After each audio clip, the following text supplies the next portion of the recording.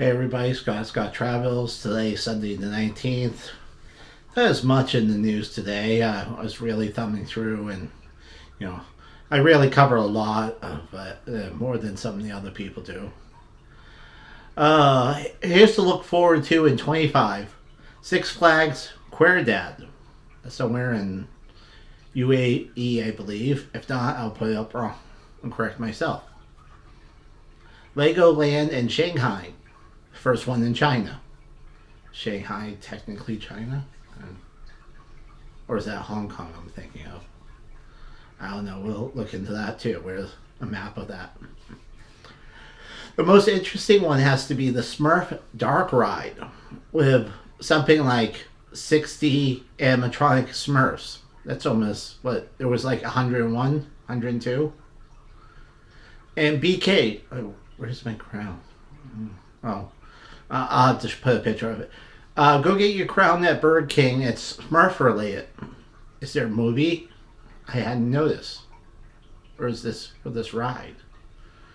I don't know. I just thought it was interesting. He's like, you want a crown? And I'm like, is that Smurfs? And he goes, yeah, I might give it. Should have had it and wore it tonight. Never said anything about it, just wearing the Smurfs crown.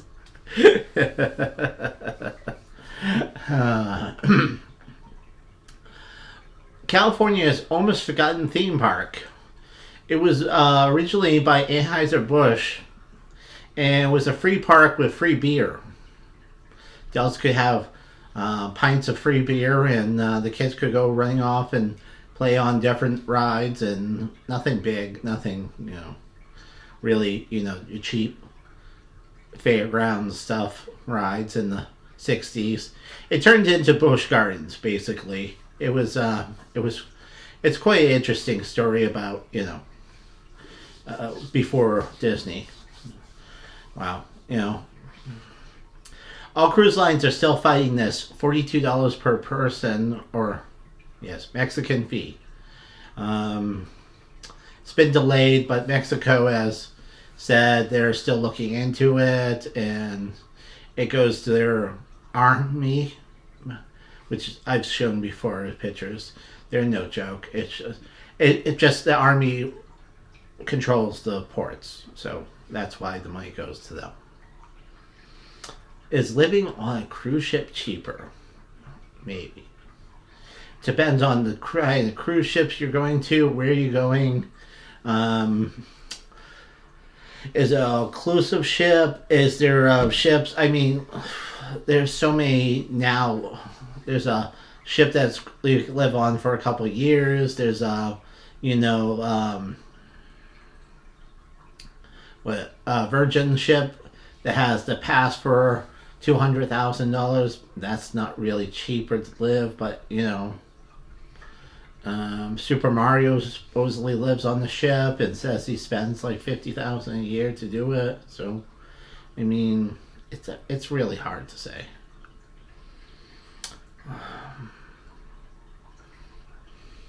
What's that say? What does that say? What to bring on a cruise ship? Oh, I have several pictures here. Of course, over-the-counter medicine like for headaches or ibuprofen or Benadryl for your sinuses, or because you don't want to be charged, $80 like that girl was. We talked about her.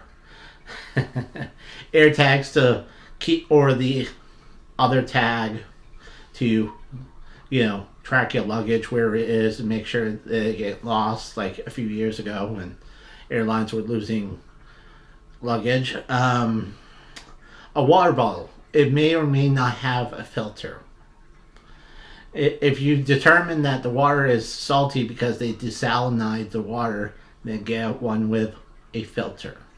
If you don't feel that they do it, then fine, fill the water with a regular water bottle. I suggest stainless because it holds cold longer. And you're on an excursion for 4 to 6 hours, that cold will stay for 4 or 5 hours of the 6 hours before it starts to really drop in temperature, in my experience, versus the plastic one that does not hold cold well at all. I mean, it'll give you water, but it'll be what's the average temperature outside is, and no, thank you. What's that say? So soap, shampoo, conditioner, because the kind they provide are often terrible, and you look like the Seinfeld episode with the low flow water, and your hair just looks terrible. Then you got somebody walking by with looky hair, and you're like, "What happened?" Well, I'm using shampoo and conditioner instead of that crap on the wall because it's garbage. And of course, hand sanitizer for those germaphobes. You don't want to be sick.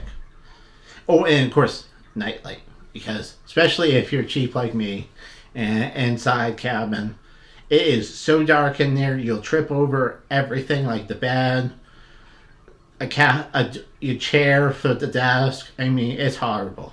So you want a nightlight to shine. Now here's an interesting one. Thomas Kinkade is back at the Epcot, you know, special. The art festival, and selling pictures again. Did he die like a decade ago? Who the hell's painting these pictures if it's not him? Is there a Thomas Kinkade Jr.? I mean, that'd be okay if Jr. was doing it, but I mean, isn't the old man dead? I'll have to put up like his legacy here, and Thomas Kinkade lived from here, died from, or if he's still alive. I'm sorry if you're still alive. I was under the impression you died. I don't know. I'll look it up. Well, put something up. He's alive. Junior's doing it. Something like that. Like a Picasso thing. Junior's painting. Oh, okay. At least we have somebody in the family painting.